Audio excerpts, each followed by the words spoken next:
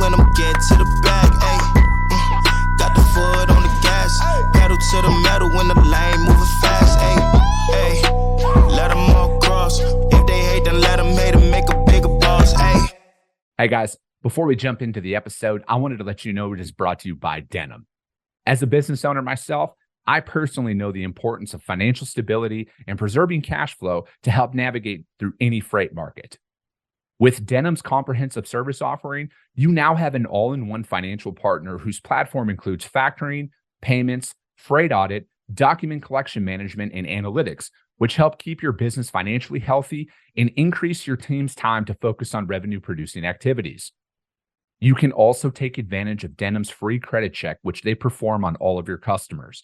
And Denim will proactively reach out to you if they spot any signs of credit deterioration. Finally, Denim always pays your carriers first. As a broker, this is imperative to preserving your credit score in the market, which ultimately helps you become a broker of choice to your carrier partners. Are you ready to learn more? Visit denim.com to schedule a demo today. Just do me a favor and let them know that the Freight Coach sent you. This episode is brought to you by SPI Logistics, the premier freight agent logistics firm in North America. For over 40 years, SPI has been diligently building the most successful freight agent network to provide first-class relationships for our shippers, receivers, and carrier partners. We are more than another transportation network. We are a dedicated team of professionals united by one singular purpose, and that is to expedite our agents' success. All of our agents are set up for success on day one, as they are provided with a full suite of support staff that is ready to assist them with everything from after-hours emergencies to financial and administrative needs on a no-fee basis. This way, you can focus on continuing to grow your business. There is no financial risk to start, and you have the ability to earn up to 75% in commissions. If you are looking to take control of your financial future and build your business with the backing of one of the most successful logistics firms in North America, visit www.spi3pl.com to learn more. Do me a favor and let them know that the Freight Coach sent you. What is up, ladies and gentlemen? We are back. We are live at IANA here, you guys. And I got my good friend Reed with Truck Parking Club out here. We got this amazing setup. Shout out to IANA and their team for putting this all together and inviting me out here to record some content out here and get to see some people in person for the first time. And I don't know, it's been a few months, man, out in San Antonio. And, you know, for me, it's always great to be down there and especially chop up what's going on. So, dude, what brought you guys out to IANA? What's this show do for a company like Truck Parking Club? Well, for those who don't know, we're a truck parking marketplace. And basically any sort of company that has outdoor space, yards, warehousing, anything like that is a suitable kind of prospect for us on our property side. So anyone with outdoor industrial space can list truck parking on truckparkingclub.com. And so, you know, drayage carriers, cross docks, warehousing, ports, anybody like that is a prospect for us on the property side. But on the parking side, drayage carriers use us a lot, drop chassis, loaded containers, stuff like that. So really, for us, we go to a ton of different types of shows, and a lot of times people are like, "Why are you guys here?" And we're just like, "Hey, man, like we get a couple properties, we're good to go." You know, like, and so we go to everything, and this is we've already had a bunch of good conversations here, and folks are once we kind of break through and they're like, "Oh, I get it." It's a super differentiated thing here. Most people don't expect to talk to somebody like what we're doing, and so it just makes it pretty simple for us. Yeah. No, absolutely. You know, if you think about it, I mean, the way that a lot of port work operates, you got 30, 40 mile runs into the Inland Empire, and especially if you're dropping it for a couple of days because the receiver can't take it, having those staging yards. I mean, and especially I look at it like even as a broker, right? Like looking into this, if you're offering drayage at any level at all, like you need to have some form of drop yard because I pulled enough containers out of the port to know that it doesn't go as planned. And that must arrive by date comes up quick. Your receiver can't take it. And then the storage fees rack up a lot. And, for me, it's just like I look at it is like we were discussing before we jumped on, like when I come to a show like this, I'm trying to think downstream. It might not be like, hey, I might not be able to find a shipper here, or there might not be a direct business thing, but like, how can my business benefit from something like this? So, it's like, for me, it's like going out there and finding cross-docking facilities, stuff like that, because things happen, right? Like I don't have a pie in the sky methodology to my business of like, oh, nothing's ever going to happen. I'm trying to think 2 or 3 steps ahead at all times. Like, if this happens, who do we turn to in that environment? Yep. You know? And I think like that's where a lot of people, I think like that's just where the industry is now for, you know, depending on what sector you're in, you got to think outside of the box. Like, I mean, you've been in this, when did you get into logistics? 2016. Yeah. So it's like, you know, going pre-COVID with the way things were, at least for me from like a business development standpoint, Reed, where you could kind of be a generalist out there, right? You could kind of be like, hey, we'll do anything, just give us a shot. Yep. I've seen a massive shift out there from a business development perspective where people are like, no, we need specialists. Mm-hmm. We need people who can actually do what they say they're going to do at a very high level. And you can blame COVID for that because COVID flipped the supply chain upside down. So it's like you need to have things in your arsenal to be able to operate at a high level, because if you don't, like, I know people talk shit on me when I say this, but like there's guys like me out there who will find a solution for those customers. Yeah. There's never going to be an opportunity where we're going to throw our hands up and hope it works itself out. Yeah. We're out there and I'm like, I'm fortunate, like where I know you guys, where if I needed a spot, I can call Truck Parking Club. I can call cross-docking facilities and make that stuff work. It's no longer the, hey man, we can move your freight for you. That's just not going to get it done anymore. Yeah. I mean, it was brokerage in a sense is a commodity business. Yeah. And so differentiating yourself really at the end of the day does come down to one, what you can do and how you do it for them and kind of your reliability. And that's what makes it an interesting business, because it's hard to differentiate yourself on the surface until somebody's really worked with you.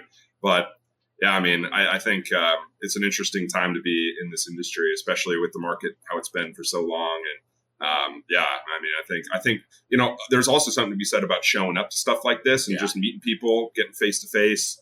You know, oftentimes you meet somebody and you're like, man, we could do this, we could do this, we could do this.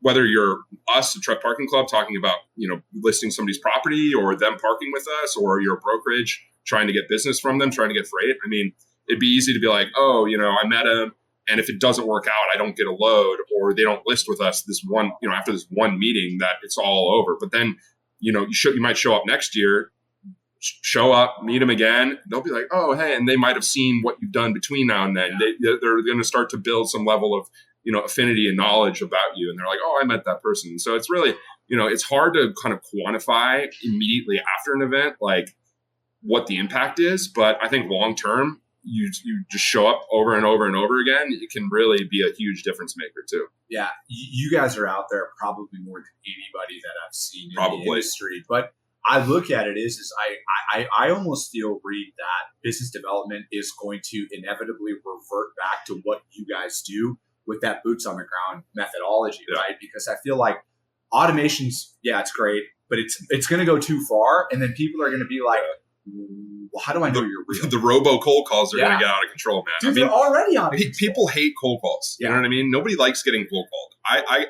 Nobody likes getting cold called. And it's a big difference if you can meet somebody and maybe you meet them for a couple minutes. But if you call them a couple weeks later, hey, we met at IANA, you know, I'm Reed with whatever, right? It's just like even that one like kind of footnote in somebody's brain of meeting them, knowing they're real. I mean, that's just puts you a step above, you know, Joe Schmo who's calling you 15 times a week. Yeah. You know what I mean? No, I know what you mean. It's 100%. I look at it as just like getting out there and again, like seeing where can your business improve? Because like you guys going out there and talking to more people, I'm sure it leads to what you and Evan and the team are doing behind the scenes. Like, hey, we're looking at this wrong. Yep. We talked to this drayage carrier or this company. We got to start looking at it from this perspective. Well, I mean, it's actually super interesting for us because we oftentimes like we see carriers parking with us and we don't exactly know what they're doing. Yeah. We don't know if they're dropping containers for what reason they're doing it. And then when we come to events like this and we meet with a carrier that's been parking with us, we learn a little bit more about how it actually affects their operations or how it's enabling them to do things they weren't otherwise able to do.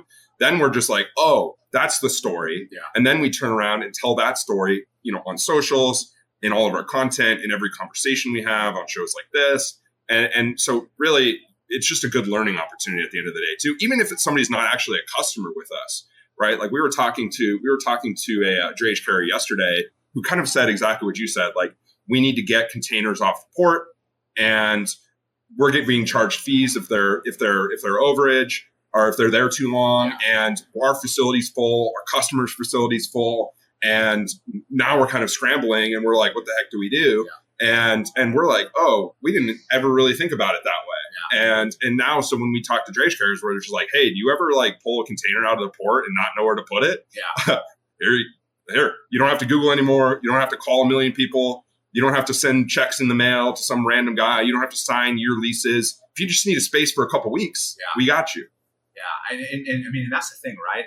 And I feel like even having that in your back pocket to be able to pull that out, because dude, I have customers who came to us who are like, hey, this thing is here at the port. We just need this out. Yeah. And, again, it's like having that out there to be able to execute upon that. And, I look at it like with you guys from a marketing perspective as well. You guys have taken content to like the next level, I think, right? Like getting out there, highlighting your properties and stuff like that.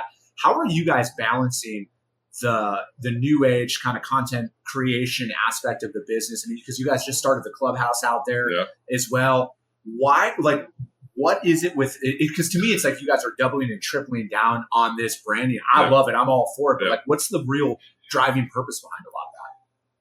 I mean, I think we're in an interesting position because we've got a bunch of different audiences. Yeah. We've got drivers, and drivers are an incredibly diverse set of population, right? Owner ops, company drivers, every single mode, heavy haul, whatever, the huge set of audiences. Then we have on our property side, every single type of property that could possibly list their space with us. That's trucking companies with yard space. That's towing companies, it's repair shops, it's self-storage operators, it's warehouses, it's racetracks. Yeah. It's like an insanely diverse population. And so that makes kind of telling a story personally to each one of them kind of at scale on social very, very difficult, right? And so we kind of got to pick and choose our battles because we can't just like hit every single population like methodic. It just doesn't really work. And so we've kind of like spent most of our time thinking about marketing to drivers. Yeah. And so that's why we go to so many truck shows. That's why we record so many videos at our locations to show drivers what they're getting with us. That's why we, do driver interviews. That's why we do kind of the off the cuff stuff we do, because we found that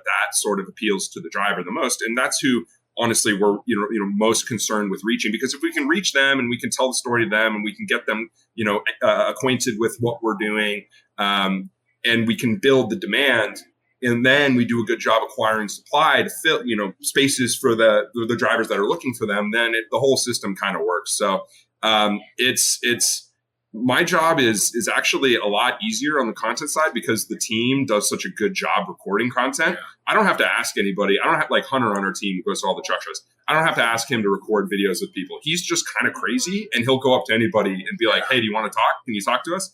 Tell me about your truck. Tell me about what you do. Tell me about your property, anything like that. He'll do it. And our whole team is basically like that. And Evan does a great job on podcasts, doing kind of the executive sort of thing. And he's also super good with drivers too. So, I mean, from a content standpoint, it's really not that hard. I've got a massive catalog of content. Yeah. And so it's just about, doing some simple edits and just figuring out, okay, like what are the kind of the major stories we're trying to tell to the world? Like, okay, let's just hammer those into people's brains and just do it for years. Basically. No, I think that, even so, because I've been doing this now for over 5 years with all of this, and it still shocks me that people aren't bought into like, this is the way things are, right? Like even podcasting, Reed, like I look at it like this, like traditional media is dead, right? I don't care what anybody says. Traditional media is dead. Newspapers are dying. Radio's dying out. I feel like people want to hear from the people who are actually doing the work, right? Sure. And it's like for me with my strategy and all of this, like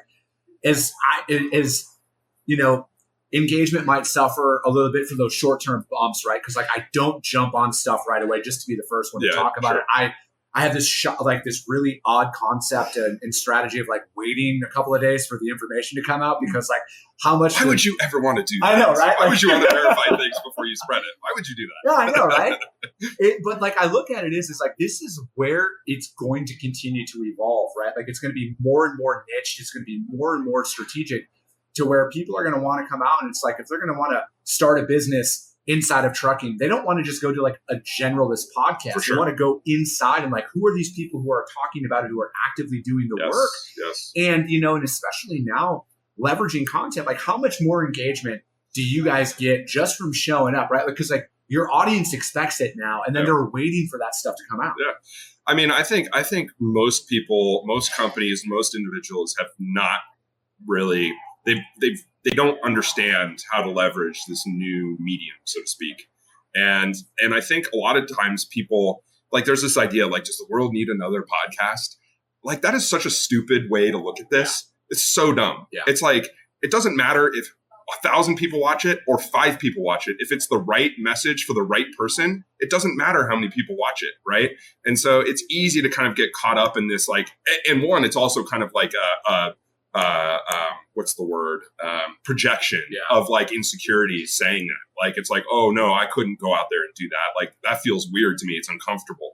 But like, at the end of the day, it's like, if you have a niche and you have something to say about it and you operate in it and you have stories to tell about it and you tell it to the world, the people who are also in that, and then you just do a good job getting it in front of an audience who's like interested in that sort of thing. I mean, that's just like invaluable long term. I mean, it builds credibility with your customers, potential customers. It builds credibility with, you know, employees who might be looking for a job. I mean, it's just, and that's a catalog that lives on forever. And it's so hard to overrate what that can do for an individual in a business. So I look at it is, you know, because like when I first started doing all of this stuff, it was, you know, it was uncomfortable to get in front of a camera. Like, dude, I'll never forget. Like, I keep my early stuff up there for a reason. Did you do Orange from the beginning? Not every single day, but it evolved in, because like I didn't know how to create anything, right? And then my buddy JD Redmond, he was like, "Do you have a logo?" I'm like, "No." I'm like, "What do you mean logo?" And then he's like, "Oh, I got you. I'll create it." Yeah. And then he sent it over in orange, and I'm like, "That's it. That's the color I'm going with. I'm going blaze orange, because I am not, with all due respect, I'm not going to be rocking a navy blue blazer at every conference, because that's what everybody does." And I was like, man, if I'm going to do this, I got to stand out in the crowd. But to your point about content, I want people to recognize me. For sure. And it is that branding thing, because people are going to see it. They're going to walk by this show. People are already walking by here recording this. Yeah. They're like, the orange shirt guy, who is that? They're going to find it on social media, and it all tells that story. Yep. But I also look at it as this is one of those situations now where, again, you could be the most niche-based creator out there, but you said it best, man. It might only reach 100 people an episode, but if that's the right 100 people, you know, Gary Vee gets a lot of flack out there. But he's like, there's a multi-6-figure business model out there for construction or home improvements and stuff like that, because brands will pay so much money to get it in front of the right eyeballs. And I almost think influencer culture, I don't want to say it's going away, but like people, like you lose credibility when you're promoting, oh, hey, I'm a health influencer. Now I'm going to talk about finance. Now I'm going to talk about this. The people who stay course out there and they're like, this is where we're going to stay. This is the vertical that we're in and we're passionate about. That is where the media avenue is going to continue to evolve, because, again, they want more tribal knowledge. They want more people who actually know what they're talking about, because it's just like, I feel like people play themselves out who go in, they're like, I just want to go viral. And then they're just saying the most outlandish bullshit on their stuff all the time. And it just never grows out past that. Going viral is often, I mean, it is kind of overrated in my opinion. I mean, we definitely have, like Truck Parking Club, we have opportunities to post things that definitely do go viral. And it does grow your follower base. It does, you know, look good on the impression count. And it's easy to be like, oh yeah, you know, we did this many impressions. But it's like, at the end of the day, if it's going to people who aren't, you know, don't need to park trucks or like don't have property, then, you know, I mean, perhaps there's something to be said about long-term building a kind of a household brand, depending on the business, obviously. But for most people, I just think it's irrelevant. And it's, but I mean, it's also fun sometimes. And so it's when a post pops off, you're just like, dang, that feels really good. Like, even if it doesn't do anything, it's still kind of fun. So I won't throw too much shade about worrying about that. But. No, I know what you mean, but it's also like, you can tell that people are just chasing to go viral at times too, you know? And I look at it as, it's like, if you're going to go out there, like what's more valuable if you're going to go out there and try and market your business, like that same 10,000 people showing up every single month after month, year after year, or 1 month where you get 100,000 and then nothing again, right? Yeah, I mean, if you're talking about like a B2B sort of media, yeah, for sure. I mean, there's no question. I mean, you do want to be entertaining and interesting because that's what keeps people coming back, and you want to have good content, obviously. But like, kind of being virality isn't super terribly important, I don't think. So what was it about the clubhouse that you guys built up? What was the main kind of driving force behind that, and how is that going to evolve out? Yeah, so we're operating it as if we're a property member. So one of our locations. So it's on our platform. Any driver can book it. And so we're really, it puts us in a position to use our product as the rest of our customers do. And so, immediately when we started parking trucks and we started looking at our product, we were just like, oh man, like that doesn't make any sense. Like, how do I find this? Like, so simple thing, yard audit. Yeah. Like, who's supposed to be here right now? Who has a booking with us that's active? How do we walk around, look at the app and be like, okay, that truck is good. That truck's good. That trailer's good. And so that's just an example of like, okay, like we're actually having to use our own tool. And it's so much richer information that you get back from that sort of thing when you're actually doing it yourself. And that's just an example. And then also it's like, we came out with an access control thing. So we've got a box that hooks on the gates and you can open the gate with on our app when you have a booking. We installed that at our location. We've had to, test that nonstop. Yeah. And so in every single new product we come out with, we will be the first ones testing it now. Yeah. And that just makes everything better. It just gives us some real experience about what we're asking our properties to do, which is park trucks when a lot of them have never done that before. Yeah. Ever. And they've never even thought about doing it. And so we have to make it look easy, and we have to make it easy, not just look easy.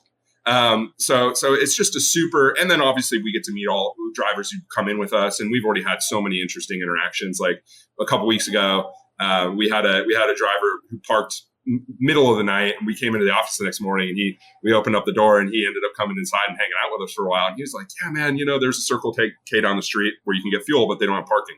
And he's like, man, I had 10 minutes on my clock and I'd finished fueling.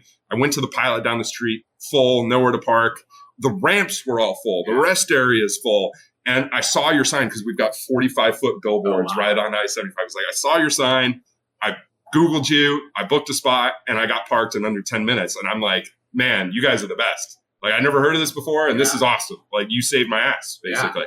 And that's happened a couple times in a short amount of time. And I imagine it'll continue to happen. So, hearing those stories and really, spending some time sitting down with folks, because we've got, a bunch of couches and we grill every day. So we've got steaks and we've got ribs and stuff, and we've got snacks, we got coffee. So people come in and hang out. Drivers, we got drivers parking with us monthly, and they'll come in the office every morning when they park their truck for the day, and they're just like, hey, what's going on? So we just check in with folks, and you just drivers, you spend enough time with drivers, you're just like, man, these folks are literally the most diverse group of people ever, like from every walk of life. And they all have interesting stories to tell, and they like to talk. Yeah. And if you're there to listen, you're going to learn a lot of interesting things. And it's just great. It's just great. I, inside of my brokerage, we always have this thing where it's like dispatchers tell you what you want to hear, drivers are going to tell you the truth. And, my dad is a driver, right? Yeah. So it's like, I know that personality type out there. Yeah. And, and I look at it's like, if we want this industry to change and get fixed, like we need to start talking to more drivers, like, and actually hearing what they're saying, as opposed to some guy who's, never driven a truck before out there as a talking head, as a driver representative and stuff like that. And, I think like that's one thing that I love the most about what you guys are doing is, you guys are out there actively trying to improve the driver experience. And, again, I don't know if anybody that's a fan of ELDs out there, but like that's a reality. And that guy's story out there is one of many of so many drivers who, logbook violation, whatever that happens. It's every day. Yeah, it's every day. Probably tens or hundreds of thousands of drivers a day are kind of inconvenienced by the rigidity of like the ELD. Yeah. And it's a huge drag on the industry, right? I mean, if you're a driver and you've got 3 hours left on your clock and you go and get fuel and you're parked and you're like, okay, like if I drive 3 more hours, am I going to find a spot Or is it going to be 10 p.m. and every truck stop's going to be full, every rest area is going to be full? Like probably most of the time they're just going to stay put, and that time is gone. Yeah. And that, multiplied across the entire industry over a year is like billions and billions and billions and billions of dollars of kind of lost productivity. And that affects the drivers, that affects the fleets, and that just affects the throughput of the system as a whole. And so what we're really doing is building a network of locations. We've got 47,000 spaces across 2,800 locations now. And eventually we'll have hundreds of thousands, if not millions of spaces and tens of thousands of locations. And ultimately it's just going to provide, like, we hope to create a world where that's no longer a thing, where a driver is like, oh, I can go those extra 3 hours. I can go an extra couple hours during the day. And I know I'm going to have a spot. I don't have to worry about it. Yeah. Right. And that's just a totally kind of game changing thing for the driver, right? Like as a civilian, you drive around in your car, you don't often worry about where you're going to park your car. Maybe if you're driving into Manhattan during like the NBA finals, like game 7, you're like, man, where am I going to park my car? But even then you're probably going to pay out the ass, but you're going to find a spot. Yeah. But just like imagine if it's like every single day, that is the level of anxiety about where you're going to park every single day for your job. I mean, that's a quality of life thing. Yeah. That's a productivity thing. That's an economic thing. That's just like it probably affects turnover and retention of drivers. I mean, and companies that provide access to this to their drivers eventually are going to have a leg up on their competition. And so we're making it easy for fleets to do that. And we're making it easy for fleets to provide this benefit to their company drivers, especially. And I think long term we'll hopefully put a serious dent in that sort of issue for drivers and fleets and for the system as a whole. Yeah, there's no doubt in my mind you guys are going to get that figured out. Reed, thank you so much for your time today. Yeah, I appreciate it. Thanks for joining me. That's going to be it for this. We're going to be rocking out about 5 more of these. You guys, it's be a nice little mashup episode that we're going to be putting out after this. But again, we're live at IANA. Check it out, you guys. Learn more about the intermodal and drayage space. Appreciate you guys. We'll be talking to you soon. What is up, ladies and gentlemen? We are back. We are not live. This is actually, I think, the first time I've ever done this. And this is a kind of a post-show breakdown. Back in September, I was invited to come out to IANA in Long Beach, California, to do my show there. And, that never, I don't know, it's still wild to me that people want me to come and, speak at their events and do my podcast from their events and stuff like that. But, just a quick thank you to Nick, David, and especially Ann Renke over at IANA for the invite to come out and record some mashup episodes while I was there. And, to me, I'm a student of the game, whether it comes to podcasting or freight. And admittedly, I don't have a ton of experience on the intermodal side of the industry. I've moved a couple of loads here and there, but I got nothing in depth, right? And, to go in and immerse myself in that environment for a few days and just learn, right? Like it's very rare when you find yourselves in those situations, especially when you've been doing something, as long as I have. I've been in trucking for almost 20 years now. And it's rare to be in a room where I feel like it's like a foreign language being spoke around me. I have no idea what was being said. And, for me, it's important to go out and get out of your comfort zone and learn new modes, because ultimately anything I can do to bring more value to my customers inside of my freight brokerage, like I'm all ears. And if there's a way that I can learn something new, a new skill set, a new mode to more efficiently and effectively move their freight, I'm going to be all on board with that. And, and especially learning from like a policy perspective, like one of the groups that were speaking up there, there were people from all walks of the industry, ports, commerce, everything, and just learning from that group of individuals about what they're up against, and then the policy decisions that are being made by the current administration right now in regards to tariffs. I mean, tariffs is all the talk everywhere right now, what that's going to do for the economy and everything else. And, seeing all the freight volumes and stuff out there and how that's affecting the industry, right? So it's like, for me, it's so important to go out there and learn from multiple different perspectives. And I think that that's something that I hope more and more people do. And especially if you're in the intermodal drayage industry, or you're just wanting to learn more about that, I would highly, highly, highly recommend anybody go out there and go to an IANA event. It's worth it. It's worth every second of it. It's a phenomenal investment for your business, but also for the understanding on the industry, and getting down and the thing that was amazing for me is they had this podcast set up for me, right? Like usually I bring essentially my entire studio here in Arizona. I pack it up in a couple of Pelican cases and fly it out on site with wherever I'm going. And they had this awesome setup for me, and which was phenomenal. I've never had that before, right? So it's like I just kind of like I literally just flew in. I organized all of my interviews with people prior to the fact, and I had the 3-hour block, and all my audio and video was done for me. And then they sent over the recordings to my team, and my team created a couple of mashup videos. And you'll see my final interview here after this runs. It's going to be with my good friend Reed at Truck Parking Club. And so it's like we broke it down into a multi-part series here. The first one was with my good friend Christy with Nike Logistics. They are intermodal everything at the end of the day. They offer OTR and stuff as well, but it was great to sit down and see her in her element, because I normally only see her at the TIA. So it was great to have her in her element there. And then Gary Van Tassel as well, and learning what they're building, like the pioneers of AI. They've been doing AI since like the 60s or something like that. Like it was just wild. And then just to see how that technology is fitting into their target market. And then my second mashup episode was with Curtis Spencer. And he is one of the most passionate individuals that I've ever interviewed. And I'm actually having him back on the show later on this month there. So you won't have to wait, because I didn't feel like I had enough time to speak with him.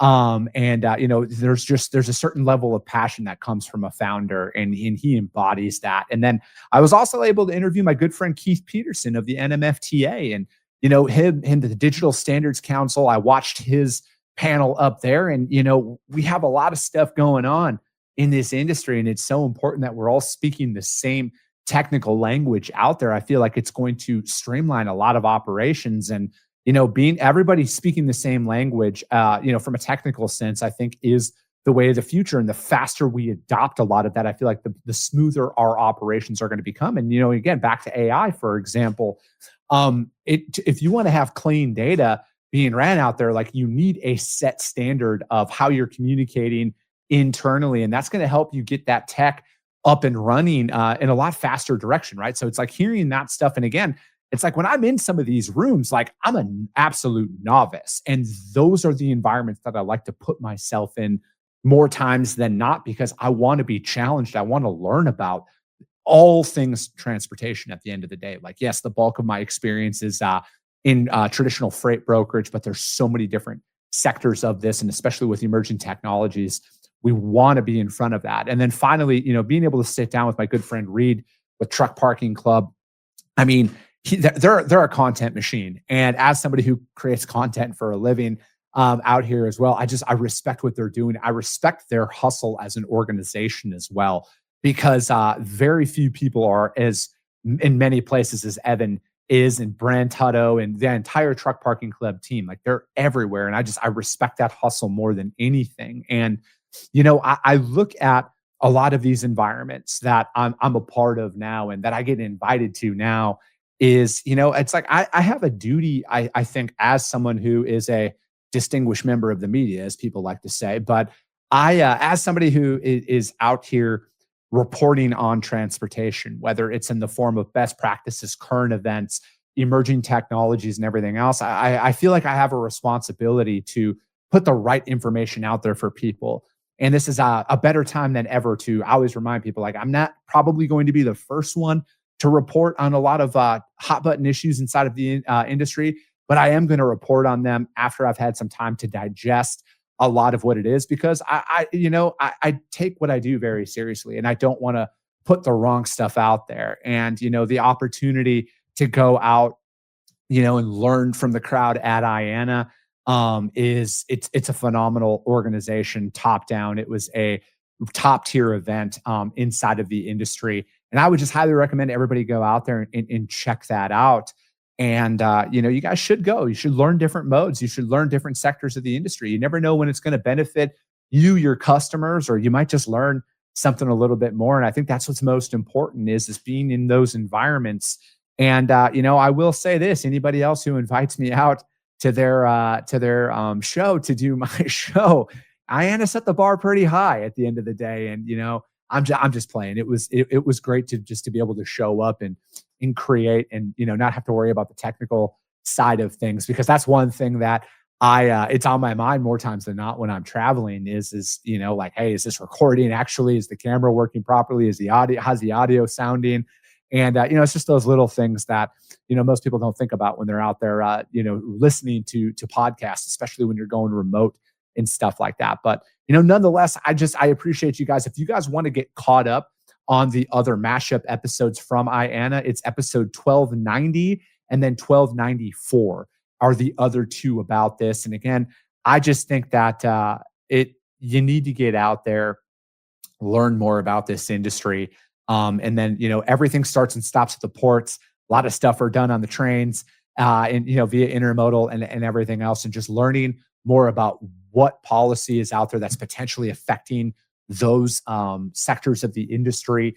And then it gets a really clear barometer about how freight volumes are going to be performing as you get out there and really understand what is happening in intermodal. It's one of the, if not the oldest mode of transportation currently in effect. Obviously, as horse and buggy are no longer a viable option. So again, it's a big part of the industry. It's not going away. And you guys need to learn more about it. So hit up my friends at IANA. But that's going to be it for this little episode recap and these mashups. So hit them up, you guys. As always, if you get value in what you heard, subscribe to the show, you guys. And if you're feeling ambitious, rank the show on iTunes and Spotify, because if you saw value, your network's going to see it as well. I appreciate you guys. I love you guys. And we'll be talking to you soon. Came back with a bang. Window down, yelling out money, anything. Ayy, ooh, got the foot on the gas. Pedal to the metal when I'm getting to the bag. Ayy, got the foot on the gas. Pedal to the metal when the